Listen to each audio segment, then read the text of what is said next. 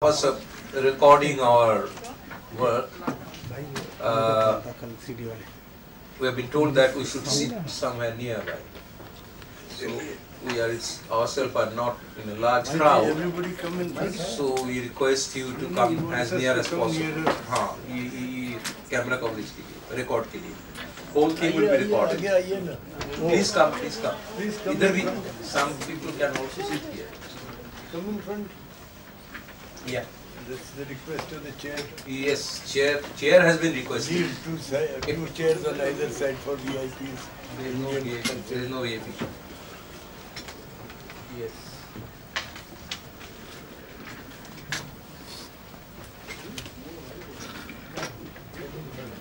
Come here. Come sit.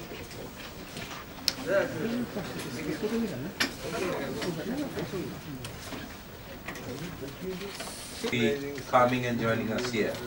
So the subject which has been given to us is open space, totally open space. You know the title, the organizing strategies in a neoliberal world, examples from formal sector. But I don't want to keep it in formal sector alone, because the necessity of organizing the informal sector is much more nowadays. In the context of our countries, India's particularly, the data shows that very little is left in the formal sector. And there in 2016, the International Labour Conference discussed about the area of transforming from informality to formal sector. So this is very important. So I do not want to confine it here alone, because they are interlinked. As you have heard yesterday's discussions, there are a couple of references that the organized sector people, they had felt that unless they mobilize the informal sector, their bargaining power, their striking power, everything gets minimalized. Therefore, the organized sectors have also taken a couple of serious initiatives in different sectors for mobilizing the unorganized sector. So therefore, our plan is our subject is to discuss the strategies to carry on in future. In this area, I propose that unless there is a volunteer want to speak first and thereafter, I will start discussing. I will start asking you from one end to another. So yeah, if you want to initiate, please do that. Our old friend Ashok Rao, he was a trade union person also for the officers, particularly in the public sector. So we have worked. I am in the trade union. Oh, my identity. I am in the Center of Indian Trade Unions. My name is written over here. So in our trade union, Ashok was always with us, and he can give us certain suggestions and future directives. Please, Ashok, start. I think there is some meaning in putting formal sector, because for one, formal sector gives greater opportunities for workers to assemble and therefore get organized. So whichever way you look at it, they will be in the vanguard of the movement. So there is some sense in putting this word formal sector. Now, the thing that I wanted to point it out is that today the impact of neoliberal world on the formal sector is affecting both the developed and the developing countries. It's not as if it was only one way, it's now affecting both. For example, if we take India as an example, you look at the formal sector in India, it started basically with the debate on whether India should have infrastructure industries or should not have infrastructure. Should it have mother industries or not? And the then developed countries said, why the hell should you have a steel industry? You concentrate on agriculture and you leave steel to us. We will send you the steel. And this was precisely the fight which took place when Bhalai was to be built, and the Galbraith and Nehru, all the debates on that. So India not only built steel but set up things like BHL. BHL is 1 in 12 companies in the world. There is no BHL in whole of Africa, there is no BHL in Latin America, there is no, except in Brazil a little bit, there is no BHL in Southeast Asia. So BHL basically doesn't exist beyond about a dozen countries. So that was the kind of basic fundamental industrialization that India made. Now, if that is the kind of industrialization India made, how does the neoliberal world then threaten you? It threatens you because when you have this kind of an industry which is very high investment, and it was created on the presumption that you were a large country and that you would have internal domestic demand. But in the neoliberal world, it is finance capital which is intermediating. So your own BHL cannot be consumed in India except through the intermediation of money which comes from World Bank or conditionalities which come from anywhere else. So you are not autonomous enough to consume your own product. That is one kind of example that you can take from a developing country. Then if you take, for example, something like Cambodia, a country which fought for war, which fought such bitter and made such sacrifice, today is just a country which is a donor-led country. It's a country where there is hardly anything called sovereignty. It's donors who are sovereign.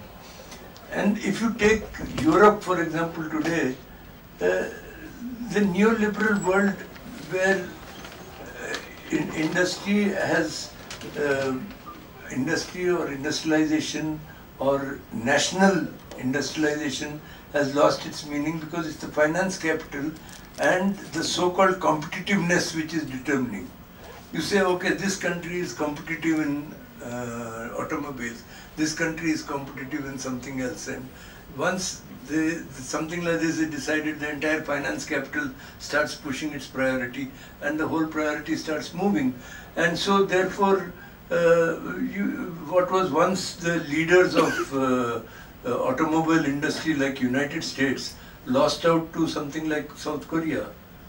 I mean, South Korea and Japan took over virtually the whole automobile industry. I mean, what was once America was, as they used to say, that General Motors was, what was good for General Motors was good for United States. General Motors and the American automobile industry is on its knees, literally. So the point I'm trying to make is that the neoliberal world is not just affecting the formal sector of the developing countries, but is also affecting the developed countries. Both are being affected. And the other point I want to make is that, in the case of formal sector, whatever you may be doing, whatever be your objective and purpose, there is a certain degree of capital intensity, there is a certain degree of gestation period, there is a certain degree of planning. Now, when you cannot really divorce formal sector from planning process, but neoliberal economics does not accept and recognize planning. You take your own country, for example, India, the Electricity Act of 1948. Can I take another 5 minutes? Just yes, 5 minutes. 5 minutes. I'm just bringing out the points and then... Ashok, it's very interesting. No, I just finish in do not finish. I am just insisting you to suggest about the strategy. Yeah, first I'm trying to define what is the neoliberal economics, how it is affecting. So if you take, for example, the Electricity Act of 1948, that recognized the Central Electricity Authority would give techno-economic clearance for a powerhouse to be set up. So that there was a thought-through process, because setting up a powerhouse takes 4 years, 5 years. And secondly, if you put on the light and there is no power, it's a blackout. If you don't put on the light and I put a powerhouse, I lose money. So you have to think through very carefully. Now what has happened in the 2003 Act, which was an act determined by World Bank, it was a draft given to the Indian government and they just implemented it. So now anybody can put a power plant. So today you are facing a situation where they are saying we have excess of power. And you have all these private sector fellows sitting on stressed assets. And the last point I want to make is that you have nation states and you have finance capital. Today the situation is that the nation states have lost their legislative power. You call them MLA, member legislative. The purpose of electing a fellow is to make law. But law today is determined by WTO, Indian law. Amitava and we fought tooth and nail to prevent the Indian patent law from being amended. A parliamentary committee was set up with Ashok Mitra and Murli Manohar Joshi as co-chairmen. Can you imagine? An unimaginable thing. Such an unimaginable thing, and everybody from the political top pit to everybody, to the industry, everybody said we should not amend. But we had to amend to become WTO compliant. As I said, the 2003 Act of Electricity Act was completely determined by World Bank. It's identical to what is there in Indonesia or any other country. So this is another very important thing. Now, given this kind of power, given this kind of uncertainty, given this kind of ability to play around, what should be the strategy? Because if you don't determine the real nature of your enemy, you cannot plan your strategy to fight. So I think it was important to define the enemy. Now that we know the enemy, what do you do to fight this liberalization? I think the most important and the most neglected area of the trade union movement is research and proper understanding of the issues. In the case of patent law, for example, I can say for sure that it was also because the industry supported us. I mean, the first meeting we had where trade unionists like us was in the boardroom of Ranbaxy. Imagine, in the boardroom of Ranbaxy. And there was a strike going on. So we first went to the tent of the strikers, explained to them why we are going to the boardroom, and went to the boardroom. But they supported us so we could have access to information. And it was the strength of this information which could, which was able to at least bring, though we couldn't stop the patent law, but I think everybody will concede that a lot of concessions could be obtained by this fight. So I think it's very important. The first and foremost, I would say, in any strategy is information. Second is awareness. Unfortunately, whether we like it or not, most of the trade union movements have strength, have lived their oxygen, their existence has been economism. Kitna paisa dilwayega mere ko? The wage revision, the salary revision is the most important thing. And to shift this fellow from economism to bigger issues requires awareness. So I think awareness must precede dissent. So first you must be able to study, then you must be able to give awareness to the worker. Only after that you will be able to move forward. This is the most basic fundamental infrastructure that has to be built by trade unions. Without this infrastructure you can do what you like. You can do one or two successful strikes, but that won't take you anywhere. The third is that you have to identify who are the people who are going to be affected by this. When in the case of patent law, more than people like Amitava and me, the African ambassadors went to the Indian Commerce Minister and said, please don't change your patent law. Imagine African ambassadors. Why? Because CIPLA was giving them medicine for AIDS, which was 1/10 of what America was giving. And even though Clinton tried his best, he had to go back. Yusuf Hamid stood his ground. And the Africans said, you go to hell, told the Americans, you go to hell. We need AIDS, we are dying, and these guys are giving it, India is giving it this price, we will take it from them. Go to hell with you and your property rights, we don't care. So, if you are able to bring those guys, the victims, also in your fold, then you have a battle. But if you are not able to bring them into your fold, you just fight your own, you have no battle. So, because there is the last point I'm making is that we must recognize that the formal sector worker is also a privileged worker. a very privileged worker.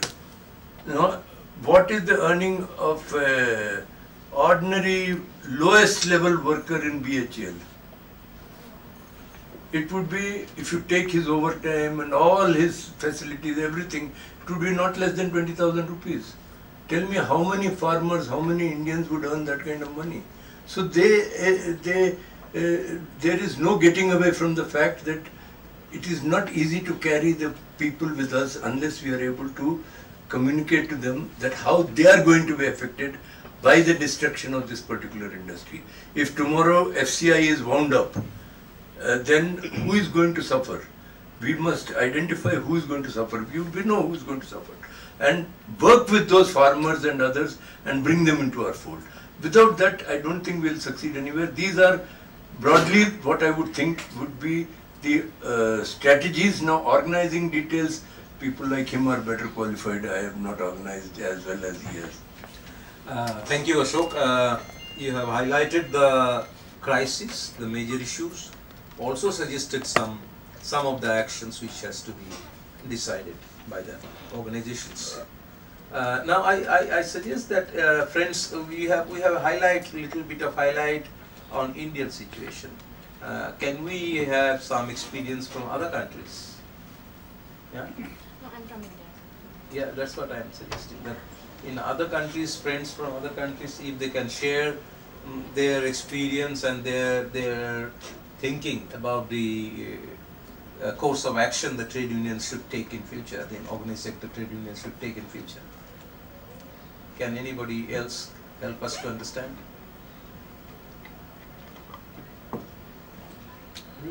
Yes, yeah. Yeah, maybe I can try. We're talking about the formal sector. No? That's it. Yeah, I'm Gabriel from Brazil. Yeah. I work for the Bank Workers Union, so we're kind of real formal sector in the economy. It's how can I say? We can have a narrative of success to bring to you, as you. We are able in the last years to increase the unionization, to keep mobilizing workers, and we have in the last like 12 years we did like 10 strikes at least. In 1 year? In 1 year? No, in the last 12 years. So usually in the formal process of collective bargaining, this is we have this in Brazil. We have this have a time to collective bargain, you know, and in some extent it's a story of success. You're able to run strikes of 20 days, 28 days. The last strike last year. So, and we increase our wages in the floor wages, we increased in 78% in these 12 years, and the average wage. Not the average, but in the collective bargaining, we increased it 36%. And that's the number. So it's a kind of historical success in some extent. But then there's also another narrative that it's subdued in this narrative. That is, the average wage of the bank workers have reduced in this period. So the turnover it's been too high, like 10% of the working force a year in general. In some banks, even more. The sector has been extremely concentrated. So in these 12 years, for the 10 bigger banks, usually have 90% of the assets of the industry. Now the 5 banks have 90% of the assets. So this the share of the profit distributed to workers have dropped from 20% around to 7%. I'm making just the big figures here. So and the most important, we face the diminishing participation and class consciousness of the workers. You see, that is the maybe the most strong feature. You know, usually the strikes are conducted by the union. The union do the strikes, not the workers do the strike. So it's I don't know if I can present exactly the strategy to overcome the situation, but what I really believe, and this is what we're trying to do now, is to insert some modus operandi that you see in the international unionism, like campaigns, or even trying to organize outsourced workers, something that you see some small initiatives around the country that try to really change something in this. We can call it like a really frozen situation. We're just frozen in one big, nice picture. The unions feel comfortable. You know, it's really hard to dismiss one situation like that when you have a relative case of success. So let's abandon this and let's try something new. So it's we are in this moment, and we're trying to. I think this in Brazil we're going to have a big opportunity. We are facing a major crisis in Brazil, major crisis that really are menacing the survival of 80% of our unions. But at the same time, it will bring possibilities for unions that are really militant, and unions that are centered in the members, and unions that are trying to bring some innovation in the system. So I don't say if we have an answer now, but we had to have an answer for the next 2 years, or we'll face extinction as a political force in the situation. I am seeing that this fight against the coup and this change in the political landscape brought some new features, like the participation of the confederations have been strengthened in this period. I think mainly the CUT, our more militant confederation, really show a face more participant with the small unions. I think this was very important, and also we are seeing.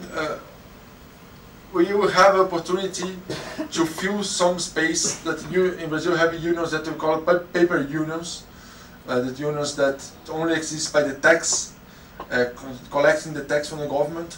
So we will have this space, I believe, that you're gonna have space to fill this space with the militant union. So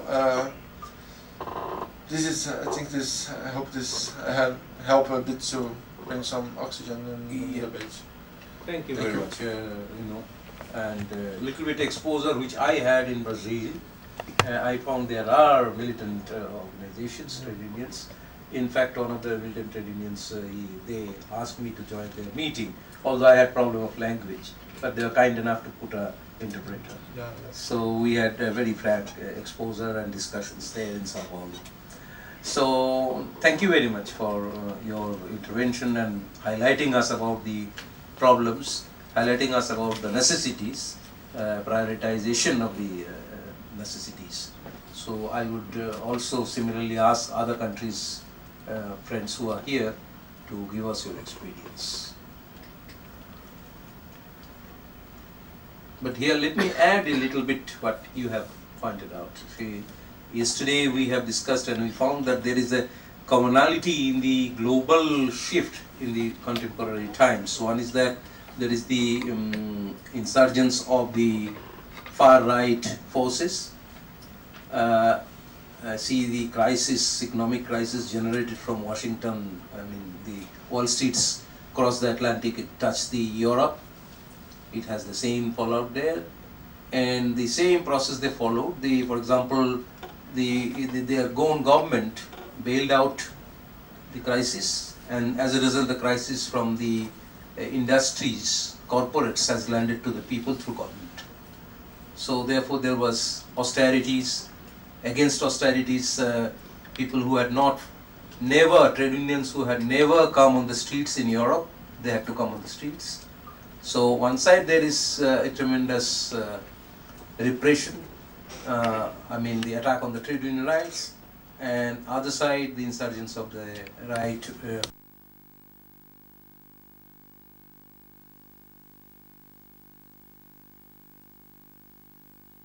Economic nationalism, new measures have come, and against that certain definite strategy which should be away from the strategies we have in the trade unions followed so far. Therefore, I think everybody is thinking, like Brazil, you have said that you are also thinking, how do we go more intensively, bringing more people, making more militant actions. These are the things, as Ashok highlighted, that the driving force for the informal sector's involvement is the formal sector. How the formal sectors can lead and give a new directives to the future movement. I think this can be discussed, this opportunity here. We can discuss with the different countries, friends who have come, trade union friends who have come. It will enrich us for our experience. So I invite more discussions. Please feel free to discuss.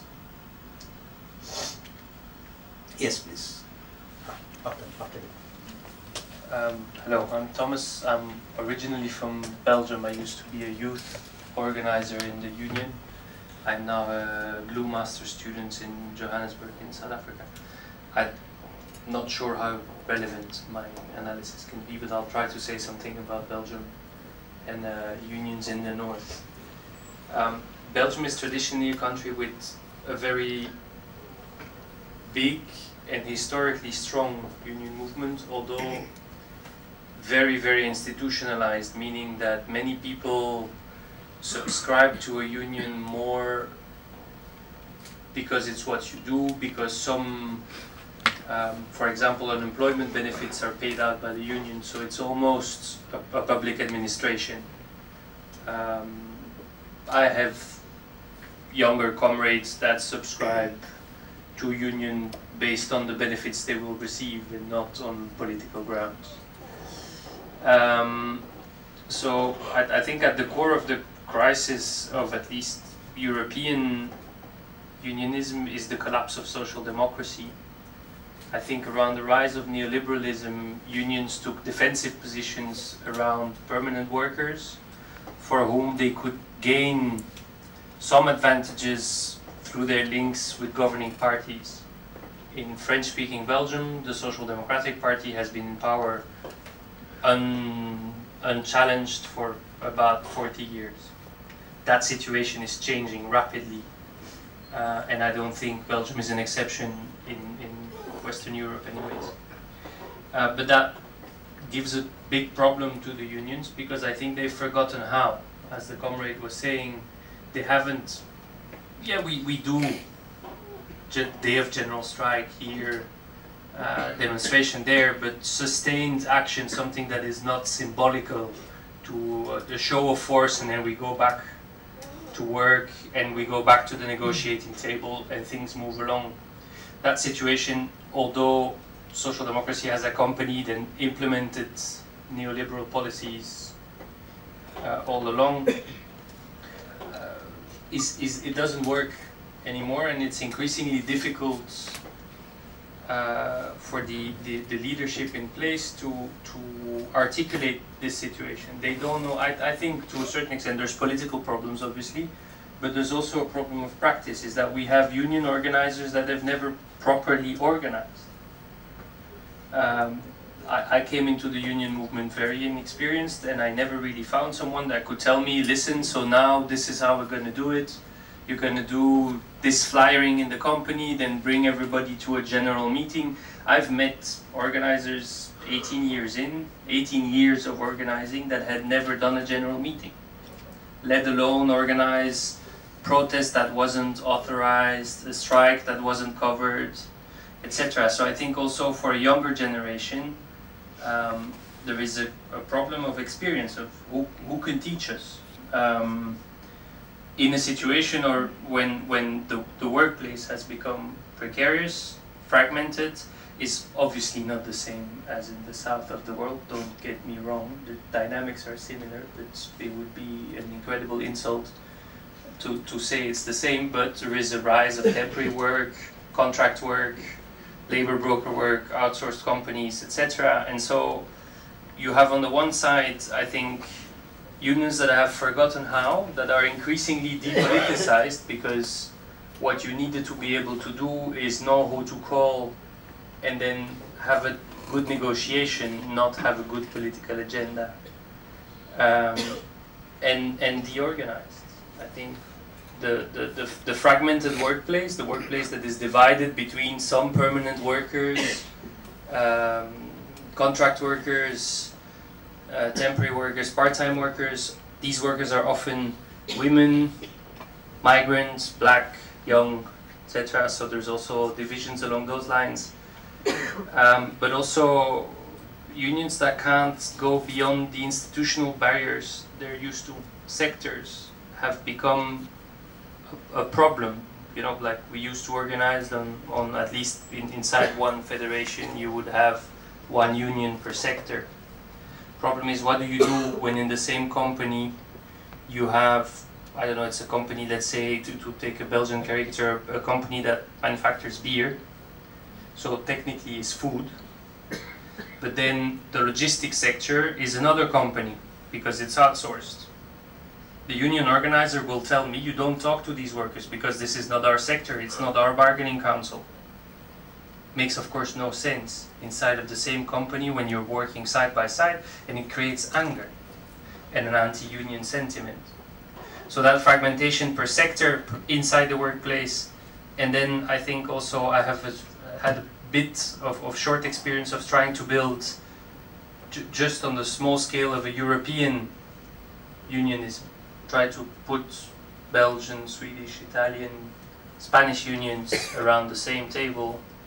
Traditions are different, cultures are different, languages are different, and it's incredibly difficult to just agree on what to do. I'm not even talking about an ambitious program of action, just like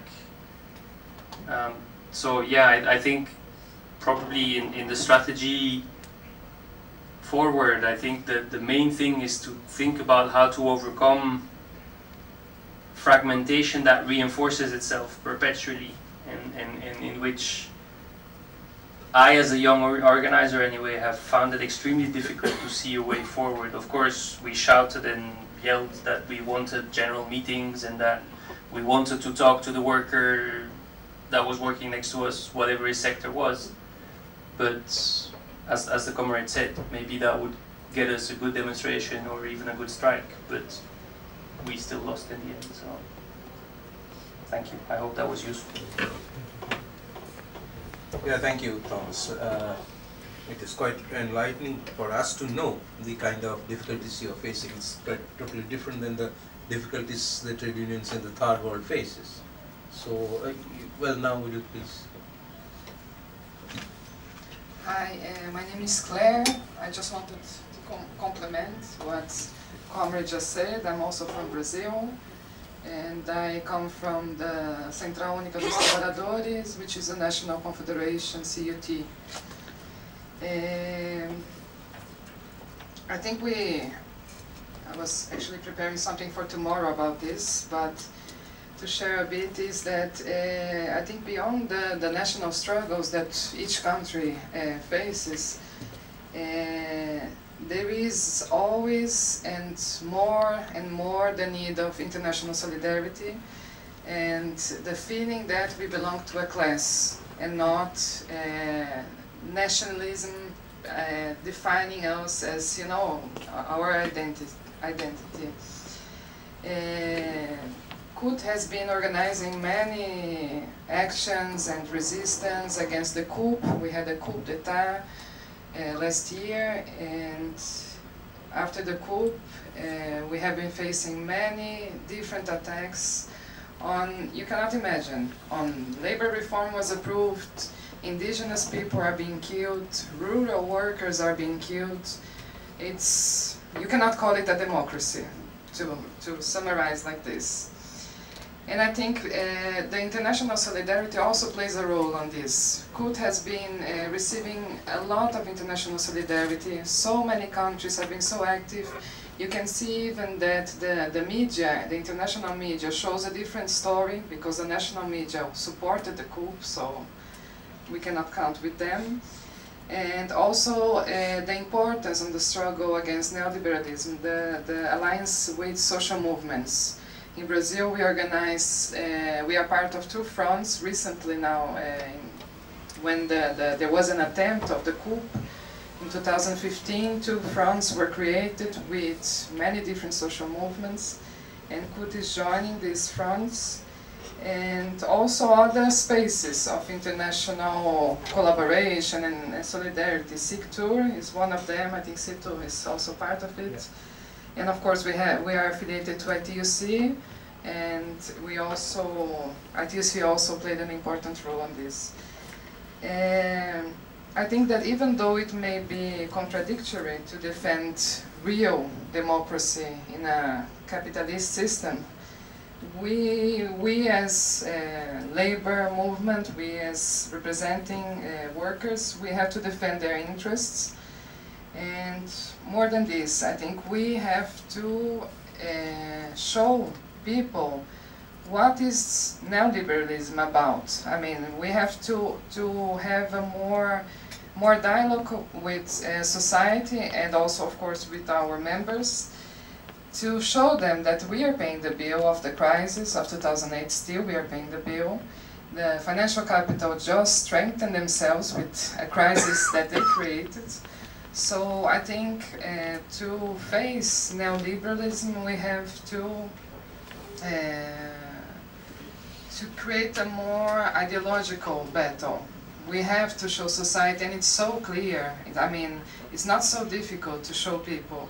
You have some research done by Oxfam, for example, a UK NGO, which is also based in Brazil.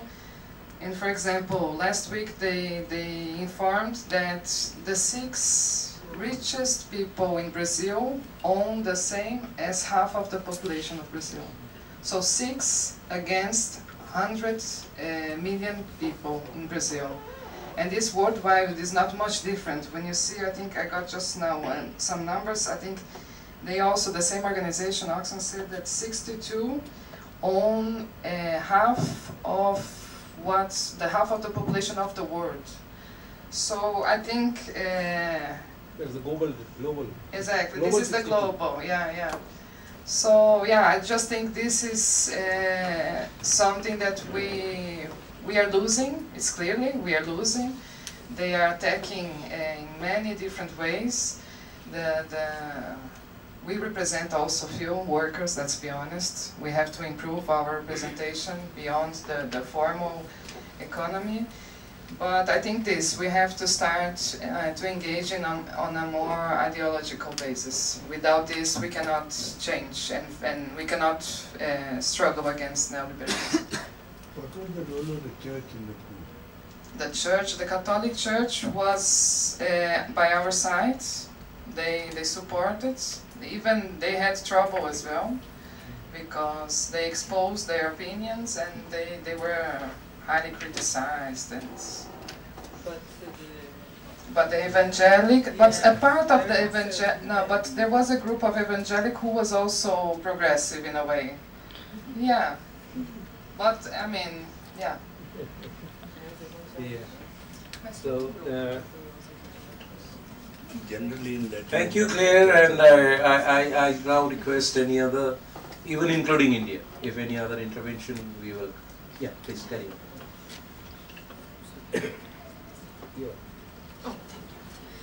Hello everyone, my name is Artika Ashdir, Hello everyone, my name is Artika Ashtir and I'm a union organizer from International Transport Workers Federation, ITF. I started organizing workers around 5 years ago when I was working with the International Union of Food Workers, and my experience in organizing as a young person has been quite different, and I actually agree with Thomas about proper guidance for young organizers to know how to do the organizing, how to obtain strategies or modify strategies into organizing.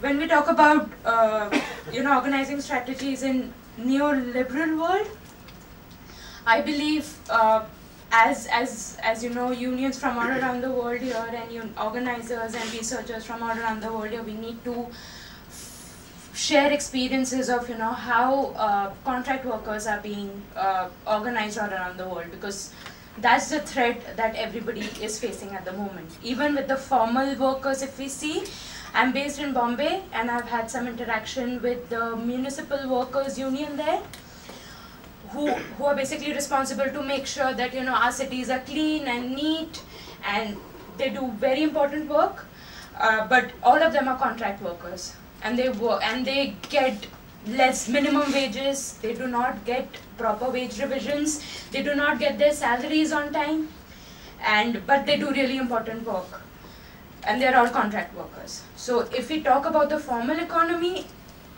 I think it has been under threat for a very long time, and instead of focusing on protecting permanent jobs, we should focus on how to organize contract workers now. That should be the aim for all trade unions around the world, according to me. In my personal opinion, I don't think there is one strategy to organize contract workers, and that's why I think sessions like these are very important, because it's very rare that we have people from all around the world sharing their experiences, interacting with each other. I don't think, apart from GLU, there's any other platform that we get to do this. So my expectation from this talk is to actually get some experience from you, from all around the world, that what strategies of organizing contract workers has worked, what hasn't worked, and how can we combine forces in terms of international solidarity, like our sister was saying.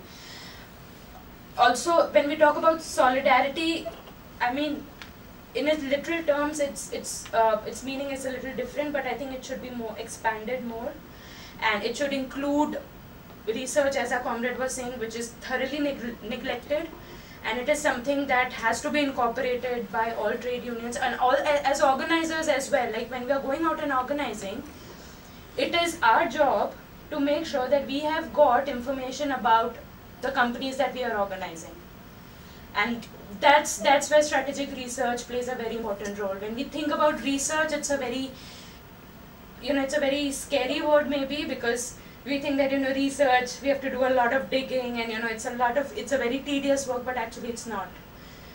Internet has opened doors to get even basic information about companies that you're going out and organizing. It actually helps you to organize, because a lot of time the workers, contract workers, have this fear that if we form a union, this company will go away from, or shift. This whole market or company would shift. So what will happen to our jobs? But if we actually do a little bit of strategic research, we can find out whether, what are the investments like in the area, whether actually the company can move out from the area or not. This can actually help our organizing efforts. So that's why I believe that, when we think about organizing, research should be our first step, and it should be an ongoing process on each and every step. And organizers, I think, have additional responsibility of making sure that they are up to date on the research and the company that they are organizing, or the employer that they are organizing. So, I mean, since I've been organizing by working at global union federations, my experience has been a little different. It has been a little more, from a global perspective as well. a lot of times I do not work with with local unions, but we independently go and do organizing. So local unions are not in the mix. But the experience that I have had with some of the local unions is that they do not believe in educating workers, and that's where awareness comes. As Comrade was saying, that we need to create awareness of the fact that let's move out of the wage discussions, because wage discussions is a very give and take thing. Like if you say that come and join the union, we'll increase your wages, they will come, and if the wages get increased, they will become as inactive as they can. And then after 3 years, if the contract is being renewed, they'll again be very active because they want a higher wage.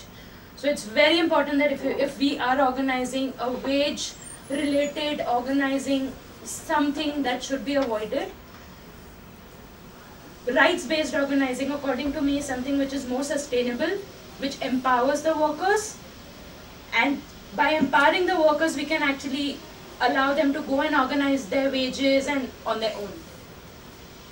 That's what my thinking is. That's what my experience has been in the organizing. And I also think that, like Thomas was saying, that young workers are neglected quite a bit, especially the contract workers that we have at the moment in India. As from my experience, are all young workers. Their thinking is different. Their ideology is different, and we cannot have the same strategies that we used to have about 10-15 years back again right now.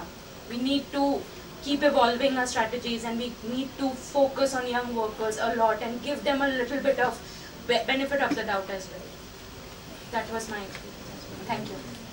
Yeah, please continue. My name is Sharat. I teach in a college of the University of Delhi. So my observations will be based on the experience of our union, which is known as the Delhi University Teachers Association. Now, to begin with, and naturally to provoke some discussion, I want to disagree with what Comrade Ashok Rao said about importance of economic issues, as well as the other speaker, Comrade Apurva. I believe that as teachers, government teachers, many of our constituents are actually worried that they have not been given even their minimum economic demands have not been met. I can give you the example of Delhi University. Almost half of teachers don't have permanent jobs. And if you ask any teacher who is not permanent in Delhi University, the first thing he or she will say is that I want a permanent job. So I think it is very important for us not to neglect the demand to have secure jobs. That's number one. Number two, for a whole host of teachers, both in Delhi University and in other universities and colleges, promotions is a huge issue. Pensions are a huge issue. So I believe that neglecting economic demands is not the way to go. Naturally, I believe this idea that you must politicize workers, including employees and teachers, is important. But I think that's a phased process. Now, on any issue, let's say I work in a particular college of the University of Delhi. There are almost 60-65 colleges and 100 departments. Each of them have separate units. Now, on any issue concerning a different college or university or a department, only a handful of teachers from other places will actually arrive there to try and sort out the problem. That is a fact.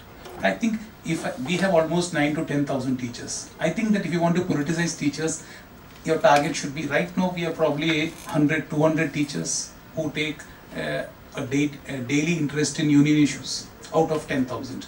I think you should target 500 to 1,000 people to politicize in the next 2 to 3 years.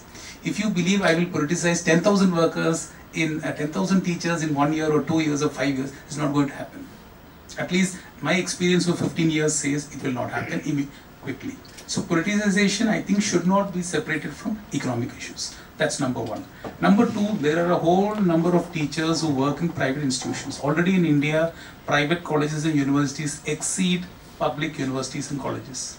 No union worth its name exists there. So for them, economic issues are very important. Many of us are aware that, for example, in the information technology sector, some unions have started when the sector was hit by a crisis. So I think we should not neglect economic issues. Because if we neglect economic issues, then we are basically turning away a large number of teachers, employees and so on. That is number one. Number two, other thing I wish to share is that I agree that institution building is a problem. Now I can tell you my own experience. Many times I have tried to explain to our union members and leaders, the importance of setting up our own office, setting up a legal fund. Often it happens that the administration files cases against teachers, teachers unions and so on. We had a very big setback in 2010 when the Delhi High Court actually forced the teachers to stop a strike. And the decline of our militancy in one sense begins from there. It was an academic issue. We were fighting against what is called a semester system, not for wages. We had a setback, and after that the teachers movement, its striking capacity and militancy has come down. In the last 5-6 years, we have only 2 strikes. In one strike, almost 700-800 teachers participated. The wages were cut for one day. We had a special situation in Delhi University where we used to go on strike and not have our wages cut. We had an argument that since we are going to complete that part of the course, our wages should not be cut for the day. The second strike we had 600-700 teachers was on a service condition issue. Again, out of it means not even 10% of the teachers were able to ensure they'll participate in a strike. Now regarding one more experience I want to tell you. In the year 2016, the government changed the conditions on the basis of which teachers were employed in government institutions, government colleges and universities. A large number of teachers of Delhi University actually, including ad hoc teachers, those who don't have permanent jobs, they are called ad hoc teachers. They actually participated in the program. Something like 4,000, 5,000 teachers participated. And we managed to reverse that move of the government. However, when we said, let's now fight for permanent jobs, fight for promotion and so on, the numbers petered out. And we came down to less than 1,000, the usual number. So what I want to say is that there is a challenge of having, now I want the reactions of other comrades here. Do they feel that our workers and employees and teachers, etc., are they satisfied with certain minimum demands? For example, if I was an ad hoc teacher and I now know that I'll be employed in the place, I'll be employed for 4 months, there'll be a notional break of 1 day, but I'll be employed for the entire year, and I am fine with that. That I came out on the roads because my job was going. Now that I have even a non-permanent job, that is fine. I think this is a challenge. When we are trying to understand why is it that non-permanent workers are not willing to brave it out for something bigger than protecting their non-permanent jobs. Say even for a permanent job. We had an election recently in our Delhi University Teachers Association. Many the left-oriented union candidate did win. But it's also happened that the issue of permanent teachers, of making the ad hoc teachers permanent, promotion and so on, does evince interest during union elections. But when it comes to organizing programs, say a dharna, a protest and so on, we probably are able to gather only 500 and at best 1,000 teachers. Sometimes it can go below 500 too. Okay? Even 2 to 3% teachers don't participate in programs. So my request, my suggestion is that we should not ignore economic demands. And any politicization of workers should go via taking up their economic demands. Let me clarify one thing. The very purpose of a trade union are economic issues. There are trade unions even in Cuba, there are trade unions even in Soviet Union, there are trade unions in China. The trade unions, but we are talking about challenges of neoliberalism. So we are talking about something beyond that. So there is no need to carry on this discussion. Economic issues are the very basis on which you stand. What do you do beyond that? That's what was being discussed. Yeah. So we do not have much more time left, but yet we can take opinions from 1 or 2 friends. Yes, please. The big bar. No, the big bar. Yeah. Oh, the big bar. The obvious bar. Now I'm going to take us a little bit off the focus on the organized or formal sector, because I think there is a lesson to be learned, and that is the problems that beset the formal sector unions are the same as the problems which beset organizations which have been doing something for unorganized workers. And I want to give a particular example, a sort of little story of something that I was involved in. The first thing that I think needs to be said is that the rise and fall of political support for trade unions happens simultaneously in the trade unions in the organized sector and in the unorganized sector. Now, the example is from some years ago when electoral support in India for the left was at its peak. And at this time, there was a National Commission on Enterprises in the unorganized sector. And I and Hanan Mollah worked together for some months with feedback going to the Commission. And we wrote a draft bill for Social Security for unorganized agricultural workers. Now, this bill was discussed in the Commission.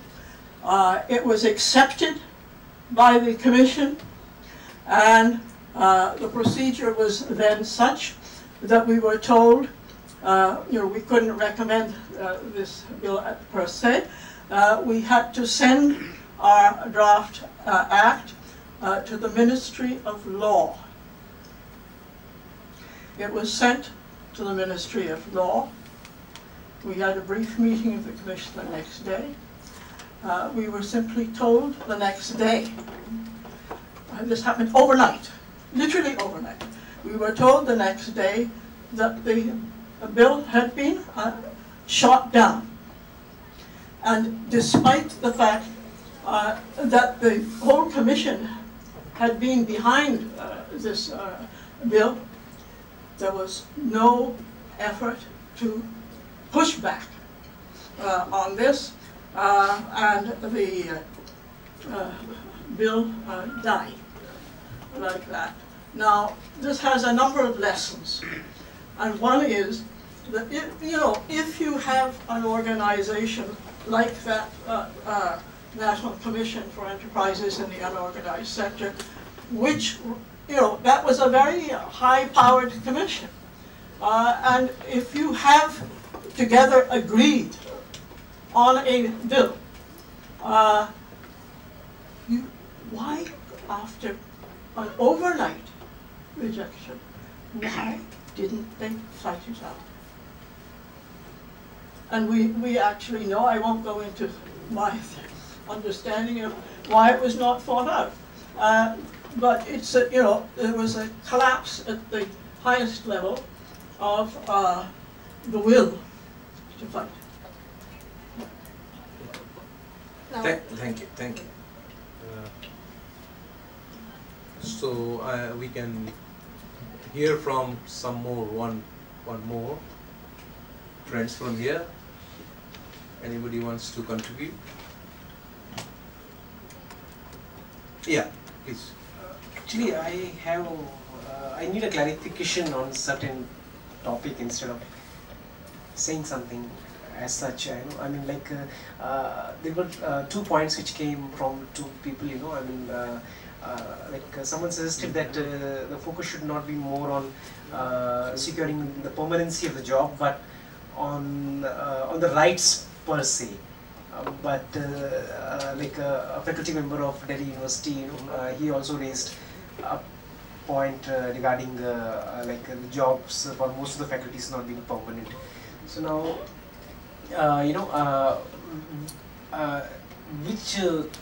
which should be the long-lasting remedy for at the end of the day, the rights of the worker.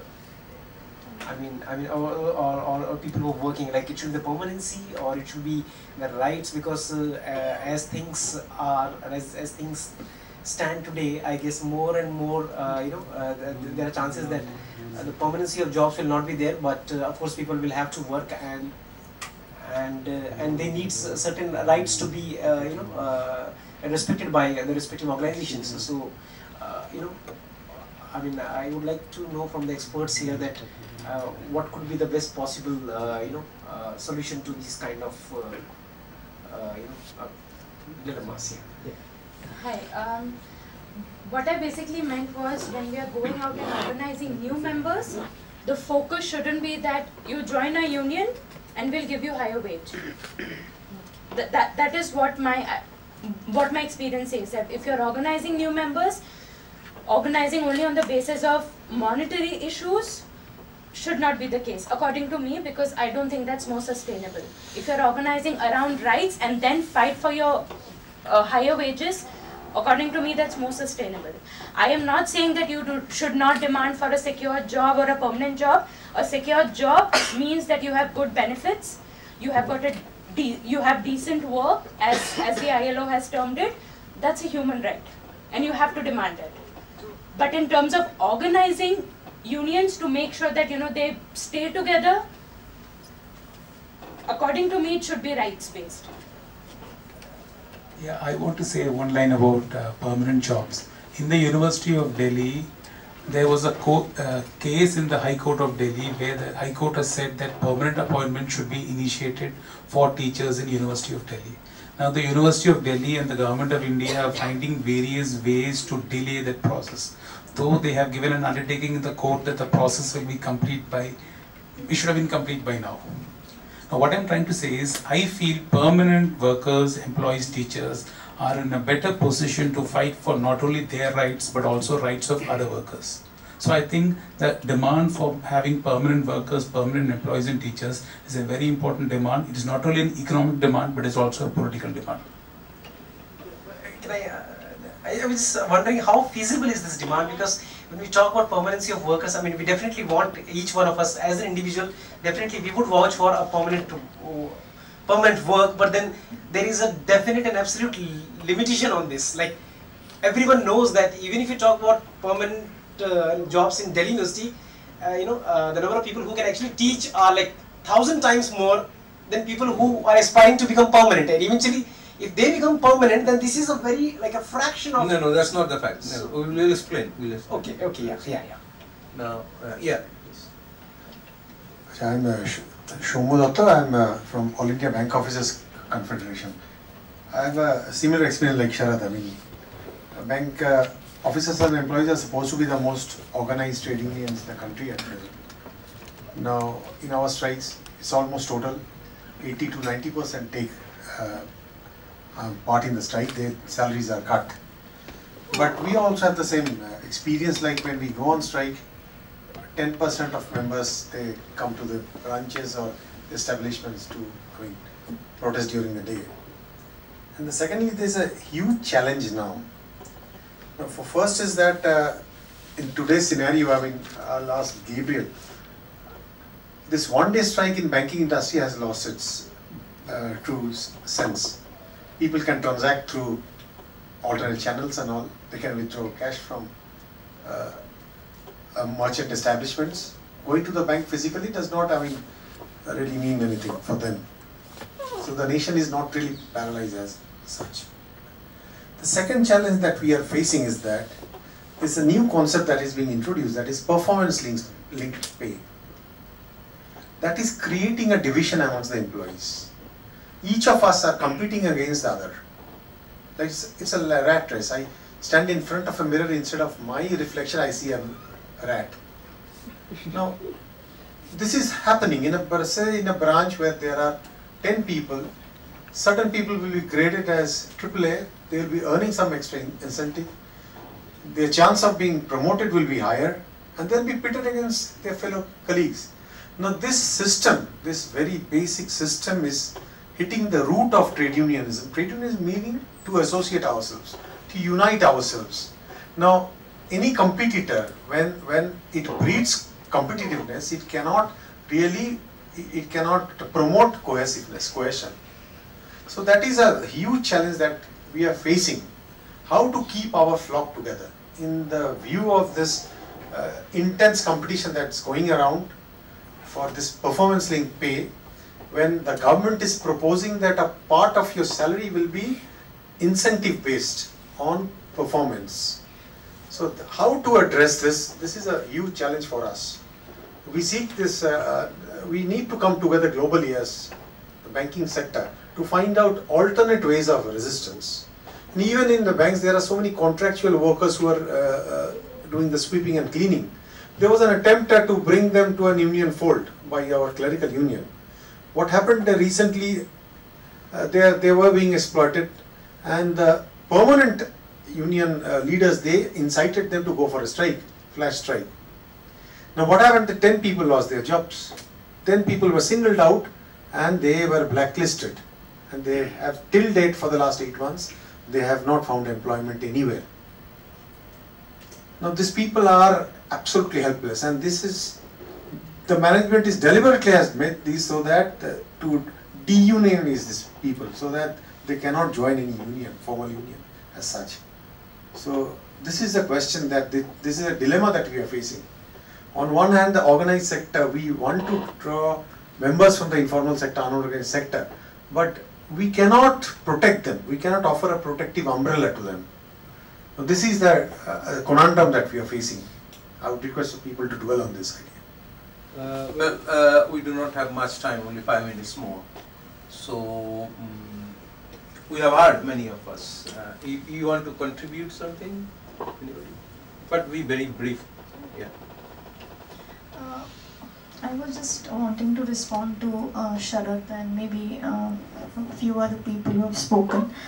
The relationship between a between a permanent employee and a non-permanent employee, especially in terms of how does one organize. Now it is a very complicated question. I don't think it's a simple question, because at times even when we were having these strikes by the DUTA, especially around FYUP, there were some teachers who were young, they were guest lecturers, they were ad hoc employees who wanted to participate and who used to come. But then the senior teachers happened to tell them that, look, don't risk yourself. You will be seen as if you're too political and therefore a problematic person, and then not given a permanent job when the opportunity comes. And on the other hand, one also realizes in the long run, because of your consciousness, that it's necessary to participate, whether you're guest lecturer or whether it's you're an ad hoc employee, no matter what. Now these are teachers who are almost reached, say they're around 27, 28 years old, around doing their PhD stage.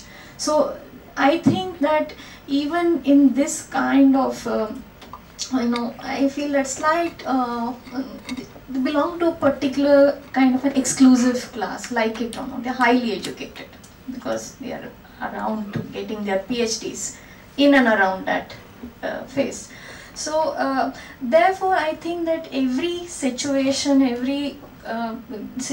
demands certain creative response. It's not the same, say, between maybe other factory worker and the other workers. Here there may be slightly different response, that you might want to encourage a young teachers to come and participate, whether you're ad hoc or guest, rather than being protective.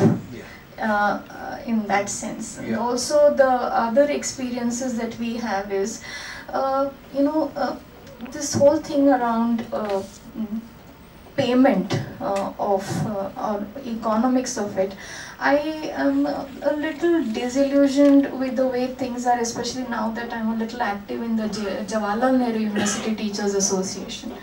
Even when the issue is around 7th Pay Commission, and like it or not, amongst teachers in Delhi, we are the most privileged in terms of, our workload and so on. But it's so difficult to motivate teachers to come and participate in a strike. And it's a huge embarrassment for us when we see college teachers who are teaching for 12 to 18 hours are there, on foot, in braving the sun and the rain to fight. But in some of these premier institutions, I don't know why, we are trying very hard how to motivate young teachers to, and it's their issue, it's your 7th Pay Commission, but it's really becoming difficult. Okay. It's a pity that we would have heard more about these things, but the time constraint. So what I would like to do in a few minutes, that certain things I'll try to explain which has come on the floor. About the workers' things, she has given one of the information, one of the items for the workers and trade unions, decided long back, pretty long years. One is decent work. There is a clear-cut definition of decent work, which includes job security. Simultaneously, that ILO level, they have fundamental principles. They have decided a couple of fundamental principles which will be the inseparable actions for the trade unions and the governments, particularly employers also.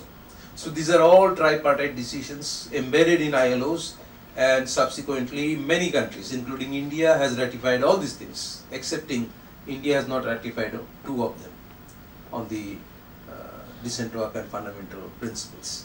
So it is decided that what trade unions should do long back, it is decided. That's not the question.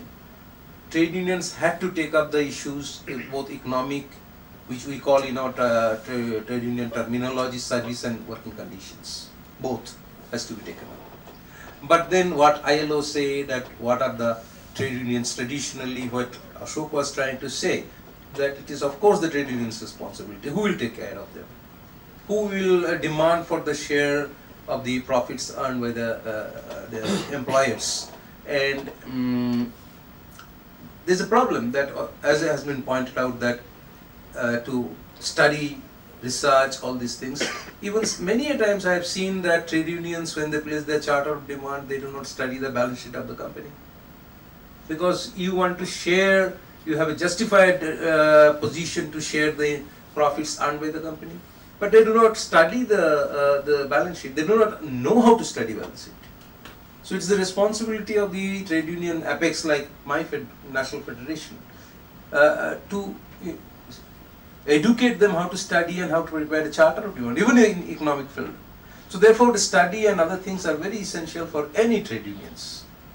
And then more so, for example, in my country, India, this government, after they came into power, they started one after another policy change. It is not to show their activity, that they are very active, that old policies has to be rescheduled and reformulated in new policies. That's not that. It was their agenda to put their ideas, put their new decisions, neoliberal decisions, put it in their policies. They started changing one after another policy. In the field of policy change, for example, in the trade unions, they said 44 trade union laws are now active in the field. So we want to shorten this and we want to put it 4 courts. So in the name of that, they have been changing. Yesterday you have heard that how they are changing to hit the workers, and this is absolutely followed by the employers' decisions they are following in all these terms. Vis-a-vis, as you have heard yesterday, that trade unions in India have formed a larger coalition, a common platform has been generated, and all the national movements have been conducted from that platform. This is one step, but then again, in that same level, we also feel that this has not been enough.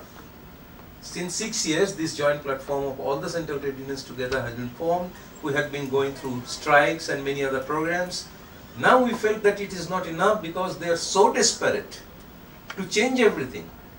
And together with the national situations, for example, you have heard about the demonetization and the new complicated situation about the GST changes, etc., etc. It has come heavily on the workers and common people.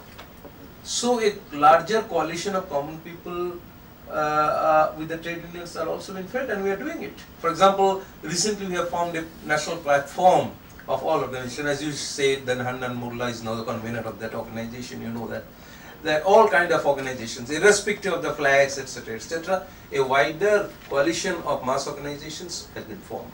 So one of the most important things is that we have heard, and yesterday and today in different sessions, repeatedly we have been hearing that it's very necessary for a global coalition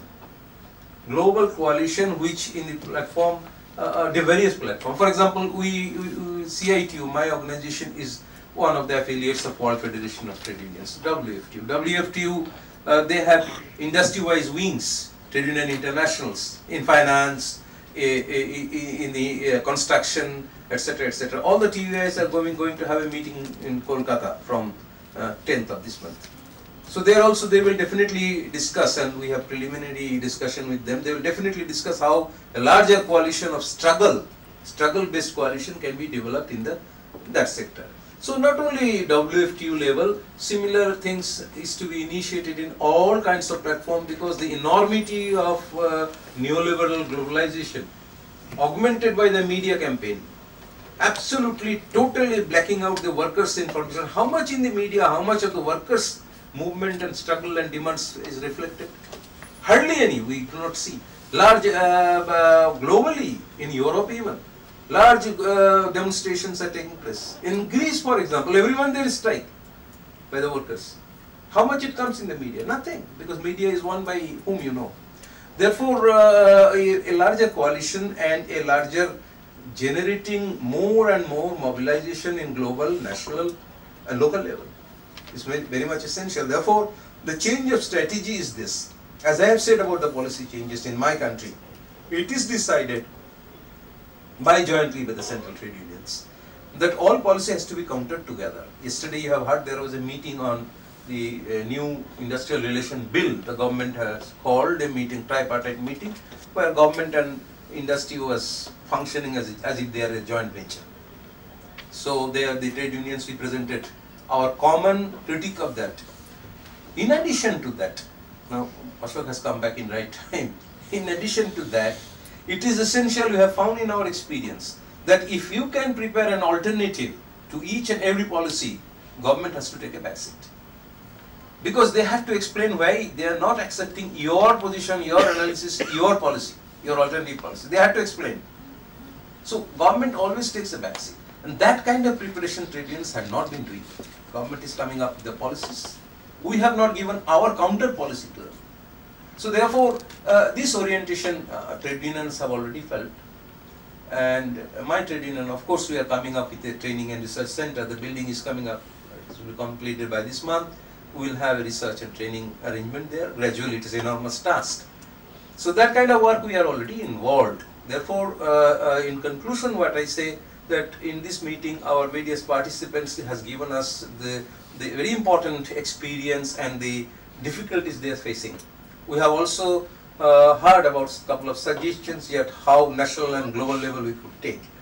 Therefore, I think this kind of discussion in a more intense and bigger sphere, giving much of time, how do we develop alternative, how do we develop national and global alliance of the workers and solidarity, and that is necessary.